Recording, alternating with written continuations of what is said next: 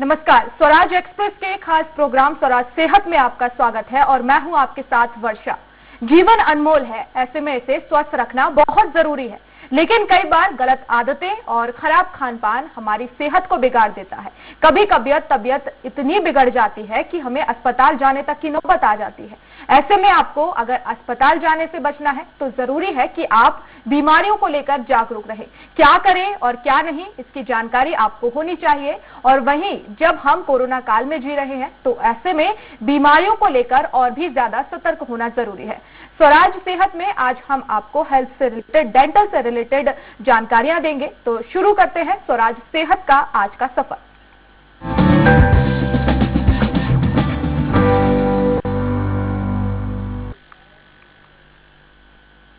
स्वराज सेहत में आज हमारे साथ मौजूद हैं Bhabha college of dental science के पब्लिक हेल्थ डेंटिस्ट्री विभाग professor doctor Neeraj Chauhan. Sir, आपका बहुत स्वागत है स्वराज सेहत में। डॉक्टर नीरज चौहान आपको ओरल और डेंटल हेल्थ से जुड़ी सारी जानकारियां देंगे। आप फोन के जरिए सीधे डॉक्टर नीरज चौहान से सवाल कर सकते हैं। नंबर आपकी टीवी स्क्रीन पर लगातार फ्लैश हो रहे हैं। तो चलिए अब शुरू करते हैं सवाल जवाब का सिलसिला। डॉक्टर नीरज, सबसे पहले तो मैं आपसे यही जानना चाहूंगी कि पब्लिक हेल्थ डेंटिस्ट्री आखिर होती क्या है? जी हाँ, धन्यवाद।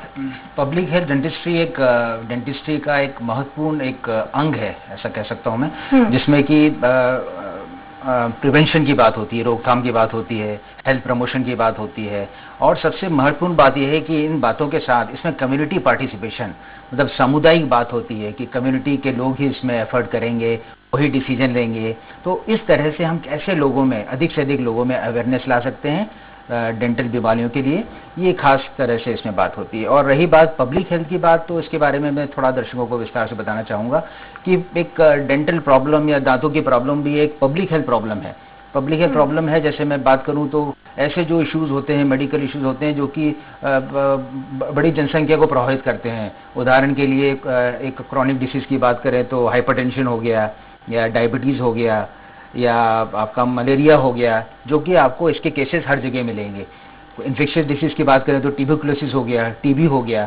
तो ये इस तरह की प्रॉब्लम है कि बहुत ज़्यादा लोग इसमें इन्वॉल्व, बहुत ज़्यादा लोगों को अफेक्ट करता है। तो उसी तरह से दांतों की प्रॉब्लम, दांतों की समस्या को भी ये माना गया है कि दांतों की समस्या भी बहुत लोगों में इससे प्रभावित है। आज हर तीसरा आदमी कुछ किसी न किसी रूप में दांत या मुंह की समस्या से है। तो ये एक पब्लिक हेल्थ प्रॉब्लम है। तो पब्लिक हेल्थ प्रॉब्लम है तो ये एक विषय अपने आप में, एक पब्लिक हेल्थ डेंटिस्ट्री विषय है, जिसमें कि प्रिवेंशन और कैसे आप ओरल हेल्थ का प्रमोशन करेंगे, कैसे आप अवेयरनेस करेंगे लोगों में, इन सब चीज़ों को विस्तार से समझाया जाता है। बिल्कुल डॉक्टर नीरज, ओरल और डेंटल केयर में पब्लिक हेल्थ जो है वो डेंटिस्ट कैसे अहम भूमिका निभाते हैं, एक बार हमारे दर्शकों को विस्तार से बताएं।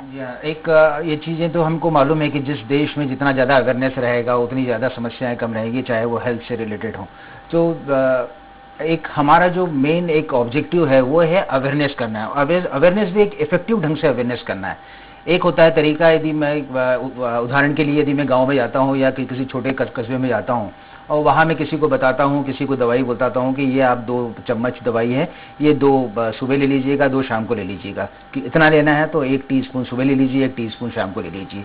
इस तरह का मेरा मैसेज, इस तरह की मेरी बातें शायद वहाँ के लोगों को समझ में नहीं आए। क्यों? क्योंकि मैंने टीस्पून जैसा वर्ड इसमें यूज़ किया है। समझ रहे हैं ना बात को? तो इस तरह की चीज़ें इसको कितने सिंपल ढंग से बता सकते हैं। यदि मैं बोलूं कि कैविटी को रोकने के लिए, दांतों की समस्या को रोकने के लिए आपको ऐसी डाइट नहीं लेनी है जिससे कि कैरीज हो, जिससे कि दांतों की समस्या हो, तो ये इस तरह का मैसेज मेरा इनकम्प्लीट रहेगा। इसको मैं यदि विस्तार से बताऊं कि आपको ऐसी चीज़ें जो कि दांतों की सतह से चिपकती है, बहुत ज़्यादा मीठा होता है, जिसमें फर्मेंटेबल शुगर ज़्यादा होती है, ऐसी चीज़ों को अवॉइड करना चाहिए, ऐसी चीज़ों को न लेना चाहिए। तो ये जो मैसेज देने का एक तरीका है, वो मैसेज देने का तरीका एक ग्राउंड से जुड़ा हुआ, एक as a public health dentist आपको लोगों का अवेयरनेस देखना है, लोगों का उनका जो शैक्षणिक जो उनका एक लिटरेसी लेवल है उसको भी आपको देखना है और उस ढंग से बात करना है उन लोगों से। इसमें आसपास के लोगों का सपोर्ट होता है, इसीलिए मैं कम्युनिटी पार्टिसिपेशन की बात करता हूँ कि इसमें मुझे हो सकता है मैं ऐसी जगह जाके वहाँ के जो लोग हैं जिनकी बातें गाँव वाले सुनते हैं या शहर वाले सुनेंगे, उन लोगों को भी अपने साथ रखूँ, चाहे वो कोई डॉक्टर हो, चाहे स्कूल का टीचर हो, चाहे गाँव का सरपंच हो, जिससे मैं अपनी बात को प्रभावी रूप से उनके सामने बता सकूँ। तो ये एक एज ए कम्युनिटी डेंटिस्ट हमको करना पड़ता है। और इस चीज़ को हम जितने प्रभावी ढंग से बताएंगे उतना हमारा काम आसान हो जाता है। बिल्कुल डॉक्टर नीरज, क्योंकि हम कोरोना काल में जी रहे हैं, ऐसे में हमें अपना जो स्वास्थ्य है उसे बेहतर करना है, चाहे वो फिजिकल हो चाहे वो एक्सटर्नल हो। लेकिन हमें कई बार हम देखते हैं कि हम दांतों को लेकर अवेयर नहीं होते हैं, हमें दांतों की किस तरह से सफाई करना चाहिए, कितना ब्रश करना चाहिए, कितने बार ब्रश करना चाहिए। तो सबसे पहले मैं आपसे यही जानना चाहूंगी कि कोरोना काल में हमें दांतों का ध्यान कैसे रखना चाहिए और क्यों इतना जरूरी है दांतों का ध्यान रखना इस कोरोना काल में विशेषकर? अच्छा सवाल है आपका। कोरोना काल में जितना हम डेंटिस्ट की क्लिनिक में यदि कम जाते हैं, बहुत ज़्यादा इमरजेंसी नहीं होता है, तो उतना हम अपने आप में बचाव करते हैं। जैसा कि मैंने पहले भी कई लोगों को बताया है कि आप डेंटिस्ट की क्लिनिक की बनावट कुछ इस तरह से होती है कि वहाँ पे क्रॉस वेंटिलेशन हमेशा संभव नहीं है, ठीक है ना। तो ऐसे समय में हम वायरस यदि ट्रैप हो गया है, वायरस यदि रह गया है, तो काफ़ी दिनों तक रहने की उसकी संभावना है, काफ़ी घंटों तक रहने की संभावना हो जाती है। तो इसीलिए ऐसे उपाय जो कि घर में आपको स्वस्थ कर सके बहुत इंपॉर्टेंट हो जाते हैं। इसीलिए मैं कहता हूं कि हमेशा 2 बार ब्रश करने की आदत डालें। जो आप पेस्ट यूज़ कर रहे हैं उसमें फ्लोराइड होना चाहिए। इस तरह की चीज़ों से अब हम कोरोना काल में अपने दांतों को रखवा कर सकते हैं और डेंटिस्ट के पास कम जा सकते हैं। आप फ़ोन से अगर नहीं जा पा रहे हैं तो आप फ़ोन लगा के भी डेंटिस्ट से सलाह ले सकते हैं। तो इस तरह के उपाय करने से हम अपने दांतों की सेहत को लंबे समय तक ठीक रख सकते हैं। डॉक्टर, लोगों के मन में एक सवाल होता है, एक मिथक होता है, हमेशा लोग कंफ्यूज रहते हैं, क्या मतलब ऊपर के दांत निकलवाने से आंखें कमजोर हो जाती हैं? क्योंकि लोगों के मन में ये सवाल बहुत ज्यादा रहता है और लोग कई बार दांत खराब भी हो जाते हैं लेकिन उन्हें निकलवाने से कतराते हैं। यही है, हम लोगों में जागरूकता की कमी है हमारे देश में और सभी लोगों में।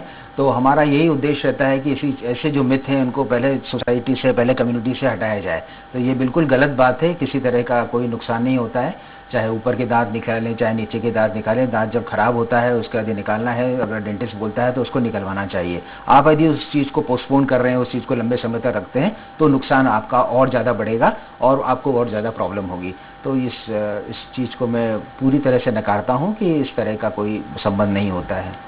डॉक्टर नीरज, दांतों में दर्द भी होता है, कई बार हम निकलवाते हैं तो लोग वही चाहते हैं कि हमें दर्द होगा, हम जो है डेंटिस्ट के पास ना जाएं, पता नहीं वो हमारे दांतों को ना निकाल दें। तो क्या दर्द भी बहुत ज्यादा होता है इसमें? डेंटिस्ट से एक भय होना, थोड़ा भय तो शायद स्वाभाविक भी हो सकता है, लेकिन इस तरह से भय से अपनी चीज़ को, अपनी बीमारी को आगे बढ़ाना, तो ये तो आदमी को और नुकसान कर देगा। तो एनेस्थेशिया का उपयोग होता है। एनेस्थेशिया के उपयोग से आपके वो पूरा एरिया जहां आपको दांत निकालना है पूरा शून्य कर दिया जाता है। आपके सिम्टम देखे जाते हैं, आपसे पूछा जाता है, डेंटिस्ट अपने इंस्ट्रूमेंट से चेक करता है, फिर ये चीज़ों को क्या किया जाता है। तो ये तरह का भ्रम है कि डेंटिस्ट के पास जाएंगे और बहुत ज़्यादा दर्द होगा, असहनीय दर्द होगा, ऐसा नहीं है। डॉक्टर नीरज, छोटे बच्चों के दांतों की सफाई के लिए जो ब्रश का इस्तेमाल है वो नहीं करना चाहिए, ये भी एक मिथक होता है लोगों के मन में। छोटे बच्चों का देखिए, छोटे बच्चों की हेल्थ, डेंटल हेल्थ काफ़ी निगलेक्ट रहती है, क्योंकि लोगों का एक मेंटल ब्लॉक एक ऐसा बना हुआ है कि बच्चों के दांत हैं तो बच्चों के दांत थोड़े दिन में टूट जाएंगे, पक्के दांत आएंगे, तो इनकी क्यों इतना चिंता करें। तो ये बहुत गलत चीज़ है। इसीलिए बच्चों के दांतों में बहुत ज़्यादा समस्याएं देखी गई हैं और कभी कभी तो बच्चों को बड़ा पेन होता है, बहुत स्वेलिंग आ जाती है और बहुत ज़्यादा परेशानियों का सामना उनके माँ बाप को और बच्चों को करना पड़ता है। तो डेंटिस्ट एक यही बोलेगा, जैसे ही उसके ओरल कैविटी में दांत मुंह के अंदर आने शुरू होते हैं, तो जब वो छोटा है तो बच्चा छोटा है, 7 महीने 8 महीने का है, जब उसके दांत 1-1 2-2 करके आ गए तो उस समय तो ब्रश नहीं कर पाएगा जब तक उसकी एज 2.5 साल 3 साल नहीं होगी, उसके बाद ही वो ब्रश करेगा। तो तब एक मदर की ड्यूटी होती है कि मदर एक रुमाल ले, साफ रुमाल लेके उसको गीला करके अपने हाथों से जहाँ दांत है उस जगह को साफ करे और बच्ची को थोड़ा सा कुल्ला करने का आदत डालें। रात को यदि वो ब्रेस्ट फीडिंग करता है रात को, तो आप इंश्योर करें कि बाद में उसका मुंह आपने साफ कर दिया है। तो इस तरह की सावधानी रख के बच्चों को भी कैविटी से और दांतों की समस्या से काफ़ी हद तक रोका जा सकता है समस्या को। बिल्कुल डॉक्टर नीरज, कैंसर की रोकथाम में अगर बात की जाए पब्लिक हेल्थ डेंटिस्ट की, तो क्या भूमिका होती है? कैंसर की रोकथाम में बहुत अच्छा सवाल है आपका। डेंटिस्ट का as a public health dentist आपके बहुत महत्वपूर्ण आपकी भूमिका हो जाती है, क्योंकि जैसे मैंने बताया कि एक अवेयरनेस, एक इफेक्टिव अवेयरनेस हमारा एक मेन ऑब्जेक्टिव रहता है। और कैंसर जैसा हमको मानते हैं कि ओरल कैंसर में तो भारत बहुत अग्रणी है। आज भी कैंसर की यदि बात करें तो आज भी 50,000 लोगों में से करीब 10 से 15 लोग ओरल कैंसर का शिकार हो रहे हैं। जो सारे कैंसर की बात करें, स्टमक से लेकर आपका लंग कैंसर या ब्रेस्ट कैंसर, सभी कैंसर में 30% जो कैंसर है वो ओरल कैंसर है, खाली मुंह का कैंसर है। तो मुंह का कैंसर बहुत व्याप्त है और बहुत लोगों की जान लेता है। हर 1 घंटे में 5 लोगों की मौत ओरल कैंसर से होती है। ये सब these are all documented datas, documented facts. तो इतना खतरनाक बीमारी है। तो इस बीमारी से बचने का तरीका ये है, सबसे पहले तो तंबाकू से जुड़े प्रोडक्ट को आपको छोड़ना है, आपको उन चीज़ों को नकारना है। आपके मुंह में यदि कोई शार्प टूथ है या ऐसा है कि कोई इरिटेशन बार बार हो रहा है, कोई ऐसा छाला है जो बहुत दिनों तक है और उसके बाद भी ठीक नहीं हो पा रहा है, बहुत दिनों तक उसमें खून आ रहा है, तो ऐसे समय में कैंसर के लक्षण ये हो सकते हैं। तो सबसे अच्छा ये रहेगा कि आपको हर 6 महीने में एक डेंटिस्ट विजिट तो ज़रूरी है, चाहे आदमी स्वस्थ है चाहे नहीं हो, आप 6 महीने में एक बार डेंटिस्ट के पास जाना है। और रही बात कैंसर के लिए, तो कैंसर के लिए इस तरह के भी सिम्टम पेशेंट के पास है, थूक गटकने में उसको दिक्कत हो रहा है, एक कोई छाला है बहुत दिनों से जो कि ठीक नहीं हो पा रहा है, इस तरह की यदि चीज़ें उसको लग रहा है तो तुरंत उसको डेंटिस्ट के पास जाके सलाह लेनी चाहिए। बिल्कुल, बहुत अहम हो जाता है जब हम अपने दांतों को लेकर चिंतित रहते हैं, क्योंकि हमें जिस तरह से डॉक्टर ने बताया कि हमें हर 6 महीने में डेंटिस्ट के पास जाना चाहिए, चाहे आप स्वस्थ हैं या नहीं है, लेकिन आपको 6 महीने में डॉक्टर के पास एक बार विजिट करना चाहिए और जो भी आपके अंदर प्रॉब्लम है वो एक बार डॉक्टर से कंसल्ट जरूर करना चाहिए। तो चलिए अब आगे बढ़ते हैं और doctor Neeraj, public health dentist इलाज का खर्च जो है वो कैसे कम कर सकता है? अच्छा, ठीक कहा आपने। मिथक तो नहीं बोलेंगे, पब्लिक हेल्थ डेंटिस्ट का एक रोल, जैसे मैंने बार बार मैं कह रहा हूँ कि एक अवेयरनेस है आपको। जितना आप अवेयर रहेंगे अपने हेल्थ के बारे में, उतना आप खर्च कम करेंगे। यदि मैं खर्च की बात करूँ तो मैं सरकार के खर्च की बात करूँ तो सरकार भी जितना कैंसर पेशेंट के लिए अस्पताल में खर्च कर रही है उससे काफ़ी कम रेवेन्यू टोबैको प्रोडक्ट से मिलती है। ये भी एक फैक्ट है। तो सरकार को भी इस चीज़ में सोचना चाहिए। और as a public health dentist मैं पॉलिसी मेकर्स को भी सलाह देता हूं कि हमको इस तरह की पॉलिसीज लानी है कि जिससे कि सरकार का खर्च भी कम हो। और रही बात एक इंसान की या इंडिविजुअल आदमी की या कम्युनिटी की, तो आप जितनी जल्दी डॉक्टर के पास पहुंचेंगे, आपकी कोई बीमारी जब शुरुआती लक्षण ही है, यदि हम दांतों की बात करते हैं तो दांतों में कैविटी होना एक है कि आदमी को खाना फंसने लगा, मुंह में खाना फंसने लगा, खाने के बाद उसको निकालना पड़ रहा है, इसी समय में यदि वो डेंटिस्ट को अप्रोच करता है तो उसे ज़्यादा कॉम्प्लिकेटेड जो चीज़ें होती है, ज़्यादा प्रोसीजर होते हैं जिसमें कि पैसा भी लगता है और समय भी लगता है, उन चीज़ों को अवॉइड कर सकते हैं। कैविटी फीलिंग करा सकते हैं, मसूड़ों की चेक होगा, मसूड़े का थोड़ा प्रॉब्लम है तो ठीक हो जाएगा। तो किसी चीज़ को जितना आप लंबे समय तक खींचेंगे उतना फाइनेंशियली भी आप खत्म होंगे और आपका समय भी खत्म होगा। इसलिए आप रेगुलर चेकअप से डेंटिस्ट के पास जाकर और अवेयरनेस प्रोग्राम्स में जो चीज़ें बताई जाती है, ब्रशिंग करने के तरीके, सही तरीके से ब्रश करना, फ्लोराइड का उपयोग टूथपेस्ट में, इन सब चीज़ों से हम डेंटल कैरीज को काफ़ी हद तक रोक सकते हैं। आज भी जो डेवलप कंट्रीज में डेंटल कैरीज रुकी हैं तो उनका एक श्रेय फ्लोराइड को जाता है, जो कि टूथपेस्ट के माध्यम से आदमी ब्रश के रूप में करता है। तो इन सब चीज़ों को रख के आप सही बात है, आप काफ़ी पैसा बचा सकते हैं और अपना समय बचा सकते हैं। डॉक्टर नीरज, लोगों के मन में एक ये भी सवाल होता है, क्योंकि अक्सर हम देखते हैं जो लोग तंबाकू का सेवन करते हैं उनके दांत तो एकदम खराब हो जाता है, या तो वो लाल कलर के हो जाते हैं या वो काले में तब्दील हो जाते हैं तंबाकू खाने के बाद। तो लोगों के मन में एक ये सवाल रहता है, क्या अगर हम दांतों की अपनी सफाई कराएंगे तो क्या उससे दांत कमजोर हो जाएंगे? हाँ, ये भी एक भ्रम है, एक सफाई कराने से होता है दांत सब होते हैं, दांत खराब होते हैं, ये बिल्कुल गलत बात है। दांतों की सफाई करने से, दांतों की सफाई जो स्केलिंग जिसे हम प्रोसेस कहते हैं अपनी भाषा में, वो कराने से आप जब टूथ ब्रश करते हैं, ब्रश से करते हैं, तो कुछ दांतों के कुछ हिस्से रहते हैं जहाँ आपका ब्रश नहीं पहुंच पाता है, या आपकी दांतों की बनावट ऐसी है कि आप चाहकर भी उसको अच्छी तरह साफ नहीं कर पा रहे। इसीलिए आपको साल में यदि 1 बार 2 बार आप अपनी दांतों की सफाई एक प्रोफेशनल ढंग से आप कराते हैं तो बहुत अच्छा रहेगा। और रही बात स्टेन्स की बात रही कि दांतों में स्टेन्स आना, पहली बात तो आपको तंबाकू प्रोडक्ट आपको छोड़ने चाहिए। आपको तंबाकू जो कि ओरल कैंसर का सबसे बड़ा कारण है उसको आपको छोड़ना चाहिए। और फिर आप स्टेन भी यदि ठीक कराना चाहते हैं तो उसके लिए भी स्केलिंग होता है, पॉलिशिंग होता है, वेनियरिंग होता है, बहुत से प्रोसेस होते हैं जिससे स्टेन्स को भी छुपाया जा सकता है, उनको कम किया जा सकता है। डॉक्टर नीरज, क्या हम जितनी बार ब्रश करेंगे क्या दांत उतने ही साफ रहेंगे? नहीं, ब्रश करने का देखिए WHO भी रिकमेंड करता है, जो बताता है तो यही बताते हैं कि आपको 2 बार ब्रश करना चाहिए और एक टूथपेस्ट का उपयोग करना चाहिए। ब्रश करने का भी तरीका है, इसीलिए आपका ब्रश का जो हेल्थ है, ब्रश के हेल्थ को आप देखेंगे तो आपको 3 से 3.5 महीने में आपको अपना ब्रश चेंज कर देना चाहिए। इसका कहने का मतलब ये है कि 3 से 3.5 महीने उसकी लाइफ होती है एक स्टैंडर्ड ब्रश की, और ब्रश जब उसके जो ब्रशेस हैं वो अगर बाहर निकलने लगते हैं, फ्लेयर अप होने लगते हैं, तो वो सही समय होता है जब आप उसको बदलते हो। इसका समय वही रहता है 3 से 3.5 महीना।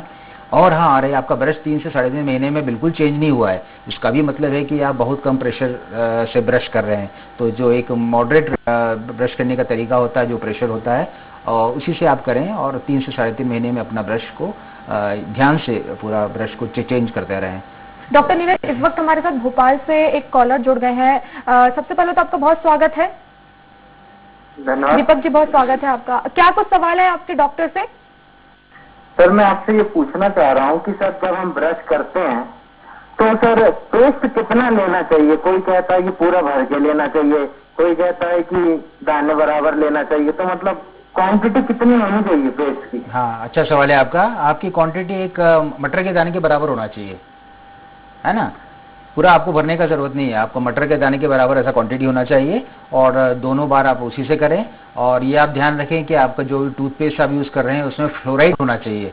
अलग अलग रूप में आता है, मोनोफ्लोरो सोडियम भी रहता है, तो फ्लोराइड उसमें होना चाहिए। और मैंने जैसे बताया कि मटर के दाने के बराबर, या बस उतना ही आप ब्रश में पेस्ट लें और उसका उपयोग करें। बिल्कुल। डॉक्टर, क्या प्रेगनेंसी के दौरान भी दांतों का जो इलाज है वो नहीं कराना चाहिए? क्योंकि कई बार हम देखते हैं प्रेग्नेंट लेडीज जो होती हैं वो अस्पताल जाने से हिचकती हैं, डेंटिस्ट के पास जाने से हिचकती हैं, उन्हें लगता है कि कहीं दांत ना खराब हो जाए या कुछ बच्चे पर इसका कोई इफेक्ट ना हो। अच्छा सवाल है आपका। इसका एक प्रेगनेंसी के समय का एक प्रोटोकॉल होता है, उसको एक डेंटल सर्जन उसको उस हिसाब से काम करता है। कुछ दवाइयाँ होती है जो कि प्रेगनेंसी में दवाइयाँ नहीं दी जाती है, कुछ दवाइयाँ होती है जो कि प्रेगनेंसी में हम आम लोगों की तरह दे सकते हैं। कुछ डेंटल प्रोसीजर होते हैं, जैसे स्केलिंग हो गया, जैसे दांतों में कैविटी है तो उसको फिलिंग कर दिया, इस तरह के प्रोसीजर किसी भी ट्राइमेस्टर में डेंटल सर्जन कर सकता है। कुछ हो गया जैसे कोई एक्सट्रैक्शन हो गया या कुछ सर्जिकल हो गया, उसको जब आखिरी ट्राइमेस्टर आता है तो उस ट्राइमेस्टर में डेंटल सर्जन उन प्रोसीजर को, बहुत इमरजेंसी नहीं हो तो उसको अवॉइड करता है। तो ऐसा नहीं है। और दांतों की समस्या प्रेगनेंसी के समय में जो हार्मोनल चेंज होते हैं तो उससे डेंटल प्रॉब्लम भी थोड़ा सा आता है, तो डेंटल चेकअप जरूरी हो जाता है। और जहां जरूरी हो दांतों की सफाई या कोई कैविटी फिलिंग, तो वो डेंटल सर्जन से करवाना चाहिए। डॉक्टर नीरज, कई बार हमने ऐसे केसेस भी देखे हैं कि ब्रश का अगर हम इस्तेमाल करते हैं तो दांतों से खून निकलता है, तो क्या उंगलियों से दांतों को साफ करना सही रहेगा? बहुत अच्छा सवाल है आपका, काफी कॉमन एक क्वेश्चन है। आदमी का जब खून निकलने लगता है तो फिर आदमी ब्रश को अलग रख देता है और फिर हाथ से ब्रश करना शुरू कर, हाथ से दांत साफ करना शुरू हो जाता है। इससे स्थिति और खराब हो जाती है। तो ब्रश का कोई अल्टरनेट नहीं है। आपको ये देखना है कि वो खून निकलने का कारण क्या है। आमतौर पे खून निकलने का कारण आपका डिपॉजिट्स हैं, जो कि दांतों और मसूड़ों के बीच में कण, खाने के कण बहुत दिनों तक जमे होने के बाद इतने हार्ड हो जाते हैं कि आपको जैसे ही उसमें प्रेशर पड़ेगा, चाहे हाथ से पड़े, चाहे ब्रश से पड़े या कुछ खाने से पड़े, एकदम से खून निकलने लगता है। तो ऐसे समय में आपको हाथ से ब्रश न करके अपने डेंटिस्ट से सलाह लेकर उसका स्केलिंग जिसे कहते हैं, दांतों की सफाई होती है, उससे वो कण निकल जाते हैं और आपकी वो परेशानी ठीक हो जाती है। बिल्कुल, डॉक्टर नीरज ने कहा कि अगर आपके दांतों से खून निकल रहा है ब्रश करने के बावजूद, तो लेकिन आपको ब्रश से ही करना है, आपको उंगलियों से नहीं करना है, आपको एक डेंटिस्ट के पास जाना है और जो भी अपनी समस्या है वो उन्हें बताना है। तो चलिए अब आगे बढ़ते हैं। और डॉक्टर नीरज, क्या दांतों में सेंसिटिविटी की भी समस्या हो जाती है और ये क्यों होती है आखिर? जी हाँ, सेंसिटिविटी के बहुत सारे कारण होते हैं, दांतों में समस्या होती है। कुछ लोगों को अगर पेट में बहुत ज़्यादा एसिड बन रहा है, एसिडिटी है, तो वो भी आपको एनेमल जो ऊपर रहता है, जो दांत को कवर करता है, उसको डिसॉल्व करता है, वो भी सेंसिटिविटी का एक कारण होता है। बहुत विग्रस ब्रशिंग, बहुत ताकत से आप ब्रश कर रहे हैं तो आप एनेमल जो ऊपर का लेयर है उसको आपने हटा दिया, तो वो भी अंदर का जो नर्व एंडिंग से उसको ओपन करके सेंसिटिविटी कर सकता है। कोई कैविटी हो गया है तो वो भी एक सेंसिटिविटी का कारण हो सकता है। तो जैसा आपका प्रॉब्लम हो वैसा उसका सोल्यूशन होता है। यदि कैविटी हो गया है तो उसको फिलिंग करवाएं आप उसमें अंदर, या उसमें रूट कैनाल का जरूरत पड़ेगा तो रूट कैनाल डॉक्टर करेगा। अगर आपके दांत घिस गए हैं तो उसका अलग ढंग से उसका ट्रीटमेंट होगा। ब्रश आप बहुत तेजी से रगड़ते हैं तो अपनी आदत को आपको बदलना पड़ेगा। तो सेंसिटिविटी का है, कुछ टूथपेस्ट है, टूथपेस्ट जो डॉक्टर रिकमेंड करता है, मैं हमेशा बोलूँगा कोई डॉक्टर रिकमेंड करता है उसको लेना है और कम समय के लिए लेना होता है। कुछ लोग जो सेंसिटिविटी का टूथपेस्ट कहीं से देखकर या डॉक्टर का प्रिस्क्रिप्शन से काफ़ी दिनों तक लेते रहते हैं, तो वो भी गलत एक ट्रेंड है। जितने दिनों तक डेंटिस्ट ने प्रिस्क्राइब किया उसको रखें, फिर अपना रेगुलर टूथपेस्ट पे आ जाए और फिर सेंसिटिविटी की प्रॉब्लम होती है तो डेंटिस्ट से मिलके फिर आप उसको ले सकते हैं। तो इस तरह का ध्यान रखें तो सेंसिटिविटी से मुक्ति मिल सकती है। बिल्कुल डॉक्टर नीरज, पायरिया और प्लॉक क्या होता है और इनका जो समय है, कितना सही समय इलाज का कितना जरूरी है? ये मसूड़े की बीमारी जो आपने पायरिया नाम लिया है, मसूड़े का बीमारी होता है जो कि एक एडवांस स्टेज का नाम होता है पायरिया, जिसमें कि दांत धीरे धीरे हिलने भी लगते हैं। तो इन सब चीज़ों की शुरुआत जो है, पायरिया की शुरुआत जो है वो बहुत कम, जैसे आपने कहा कि दांतों से खून निकलने की शुरुआत होती है, ऐसे समय में यदि हम सतर्क हो जाते हैं तो पायरिया तक हम पहुँच ही नहीं पाएंगे।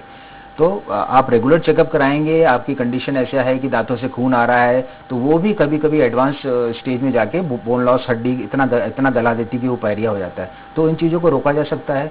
बड़े बड़े और दूसरी सर्जरीज भी होती हैं, एडवांस फ्लैप सर्जरी होती है जो कि पायरिया की कंडीशन को आपको रिवर्स कर देती है, वापस ठीक भी कर देती है। तो आप डेंटिस्ट के पास जाएंगे, आपकी छोटी सी शुरुआत यदि हुई है तो वो ठीक हो जाएगा और आपकी जो डेंटल प्रॉब्लम है उस स्टेज तक नहीं पहुँचेगी, पायरिया तक नहीं पहुँचेगी। डॉक्टर नीरज, बच्चों में हम कैविटी की समस्या बहुत ज्यादा देखते हैं, आखिर क्या कारण है इसका? क्यों बच्चों में कैविटी की समस्या जो है वो ज्यादा देखी जाती है? सबसे पहले तो मैं बोलूंगा कि खाने पीने का जो है, बच्चों में टॉफीज खाने का बहुत ज्यादा आदत होना, कोल्ड ड्रिंक पीने का आदत होना, तो ये सब चीजें जो होता है ये सब एक एनवायरनमेंट बनाता है बैक्टीरिया के लिए, कि बैक्टीरिया उनकी प्रेजेंस में एसिड निकालता है और आपके दांत को डिसॉल्व करके कैविटी बनाना चालू कर देता है। तो इन सब चीजों को, अपना ईटिंग पैटर्न को अपन को बदलना पड़ेगा, ब्रश करने की आदत डालनी पड़ेगी और पेरेंट्स को समझना पड़ेगा कि दूध के दांत भी ऐसे ही इंपॉर्टेंट है जितने कि आपके पक्के दांत इंपॉर्टेंट है। तो इन सब चीजों को करके डॉक्टर, इस वक्त हमारे साथ भोपाल से जय गढ़वाल दर्शक जुड़ गए हैं। जय, सबसे पहले तो स्वागत है आपका स्वराज एक्सप्रेस पर। Thank you. क्या कुछ सवाल है आपके डॉक्टर से? मैम, मैं ये डॉक्टर से ये पूछना चाह रहा था कि सिर्फ मीठा खाने से ही कैविटी होती है या फिर दिन में हम 2 बार ब्रश नहीं करें मिनिमम रात को सोने से पहले, तो क्या उस कारण भी कैविटी के कुछ कारण हो सकते हैं कि अगर रात में ब्रश करके नहीं सोते हैं तो भी क्या कैविटी हो सकती है? हाँ सर, अच्छा क्वेश्चन है आपका। कैविटी होना एक मल्टी फैक्टोरियल चीज़ है, बहुत सारे इसमें फैक्टर होते हैं। जैसे कि आपने खुद बताया कि एक मीठा खाना मैं ये नहीं कहूँगा मीठा हमें खाना ही नहीं चाहिए। मीठा खाना चाहिए तो मीठे की खाने की आदत ऐसी नहीं होनी चाहिए कि आप खाने के बीच में बार बार मीठा खाएं। सही सलाह ये होता है, मीठा खाने की इच्छा है या मीठा खाना चाहते हैं तो खाने के तुरंत बाद मीठा खाएं, कुल्ला करें और आपका काम खत्म। ये जो हमारी मंच करने की आदत है, मंच करने की जो आदत है कि खाना खाने के बीच में, दोनों खाने के बीच में हम जो बीच में मंच करते हैं, मीठा मंच करते हैं या जैसे भी खाते हैं, ये दांतों को ज़्यादा नुकसान पहुंचाता है। और मीठा एक लिमिट तक मीठा आप देते हैं तो ओरल कैविटी उसको एक्सेप्ट करता है। हाँ, वो लिमिट जब क्रॉस हो जाती है, जब मीठेपन का बहुत ज़्यादा बार अपनी ओरल कैविटी को एक्सपोज कर रहे हो मीठे से, वो अगर उसको क्रॉस करते हो, वो क्रॉस करने का जनरली आप बोलते हो कि आपने 3 से 4 बार मीठा ले लिया मुंह में, आपने 3 से 4 बार से ज़्यादा मीठा लेना शुरू कर दिया तो आपने वो जो लिमिट है उसको क्रॉस कर गए, तो आपको कैविटी होने की संभावना बढ़ जाती है। और रही बात ब्रश करने की, तो बिल्कुल आपको 2 बार ब्रश करना है। आप मीठा खाते हैं या नहीं खाते हैं, आपको 2 बार ब्रश करने का आदत तो डालना ही है, उसका कोई ऑल्टरनेट नहीं है। बिल्कुल 2 बार ब्रश जरूर करना है, सुबह एक रात को, जिस तरह से डॉक्टर ने बताया 2 बार ब्रश करना बहुत ज्यादा ही जरूरी है ताकि हमारे जो अंदर दांतों में जो प्रॉब्लम होती है उससे हम दूर रह सकते हैं। डॉक्टर, एक और सवाल मेरा ये है कि दांतों में मामूली दर्द होने पर क्या डेंटिस्ट के पास जाने की जरूरत नहीं है? डेंटिस्ट के पास तो जाना पड़ेगा आपको, डेंटिस्ट ही आपको, वही है डेंटल सर्जन जो आपको ठीक करेगा। ऐसे ओवर द काउंटर से दवाइयाँ लेना, इस तरह का अपन करेंगे तो फिर वो अपने आप को नुकसान करेंगे। हम तो डेंटिस्ट से ही सलाह लें और कभी कभी एक्सरेज की ज़रूरत पड़ती है, आपसे हिस्ट्री से इस तरह के सवाल पूछे जाते हैं कि बीमारी का मालूम चलता है, तो इसका कोई दूसरा तोड़ नहीं, दूसरा ऑल्टरनेट नहीं है। आपको डेंटल प्रॉब्लम है तो आपको डेंटिस्ट के पास ही विजिट करना है। डॉक्टर, दांत में एक बार फिलिंग कराने के बाद क्या उसमें फिर कैविटी फिर कभी नहीं होती है? क्योंकि लोगों के मन में एक ये सवाल रहता है। देखिए, हाँ, अच्छा सवाल है। कैविटी अगर हो गया है तो उसको फीलिंग तो करना है। डेंटल डिसीजेस बोलते हैं इरिवर्सिबल है, ये अपने आप ठीक नहीं होता है। डेंटल प्रॉब्लम जो है वो अपने आप ठीक नहीं होता है, उसके लिए कोई ना कोई इंटरवेंशन, कोई ना कोई ट्रीटमेंट का जरूरत होता है। यदि कैविटी हुआ है तो आपको फीलिंग कराना पड़ेगा, फिर आपको चेकअप्स भी कराने पड़ेंगे। कभी कभी फीलिंग निकल भी सकता है, निकल जाता है तो डॉक्टर उसको, डेंटिस्ट उसको रिप्लेस कर देता है। तो फीलिंग का कोई लाइफ है, वो फिर आपकी ईटिंग हैबिट्स पे डिपेंड करता है कि आप कैसे खाते हैं, आप दांतों का कितना ध्यान रखते हैं, कौन से सरफेस पे कैविटी है, कौन सी जगह पे कैविटी है जहाँ फीलिंग किया हुआ है। तो फीलिंग करवाते रहना पड़ेगा, और फीलिंग कभी ब्रेकेज होता है या टूटता है तो उसको रिप्लेस भी आपको समय समय पे कराना पड़ेगा। डॉक्टर, एक अक्सर ये सवाल रहता है, क्योंकि बच्चे जो होते हैं उनके जब दांत आना शुरू हो जाते हैं तो वो टूटेंगे ही, तो क्या दांतों का इलाज नहीं कराना चाहिए? क्योंकि अक्सर ये रहता है क्योंकि वो तो टूट ही जाएंगे, तो फिर क्या उनका इलाज कराने से क्या आखिर मतलब है? जी हाँ जी, दांतों का इलाज बच्चों का वैसे ही जरूरी है जितना कि बड़ों का जरूरी है, क्योंकि जो आपके जो पक्के दांत आ रहे हैं वो उन्हीं को फॉलो करते हुए आ रहे हैं। यदि दूध का दांत आपका खराब है, बहुत ज्यादा खराब है, तो वो जो परमानेंट दांत है उसको भी खराब कर सकता है। दूध का दांत खराब हो गया, डेंटिस्ट ने उसको बहुत जल्दी निकाल दिया, तो आपके आने वाले जो दांत हैं उनकी बनावट पे, उनकी लोकेशन पे दांतों की वो फर्क पड़ सकता है। तो दांतों की, बच्चों को भी दांतों की सेहत का वैसे ही ध्यान रखना है जैसे कि बड़ों को रखना है। समय समय पे उनका भी डेंटल चेकअप अनिवार्य है। बिल्कुल डॉक्टर नीरज, दांतों से जुड़ी बीमारियों से बचने के लिए कैसा कुछ खान पान होना चाहिए, एक बार हमारे दर्शकों को विस्तार से बताएं।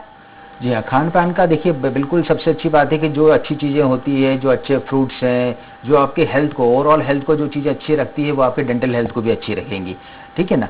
तो इसमें और रही बात मिठाई खाने का या बहुत ज़्यादा शुगरी फ्रूट खाने का, तो उन चीज़ों को हमको अवॉइड करना चाहिए। कोल्ड ड्रिंक्स को हमको अवॉइड करना चाहिए, बहुत ज़्यादा चाय कॉफ़ी को अवॉइड करना चाहिए। ऐसी चीज़ जो कि दांतों की सतह पर लंबे समय तक रहती है या जिसको कि आपको ब्रश करके ही हटाना पड़ेगा, ऐसी चीज़ों का सेवन से डेंटल केरीज होने की संभावना बहुत बढ़ जाती है।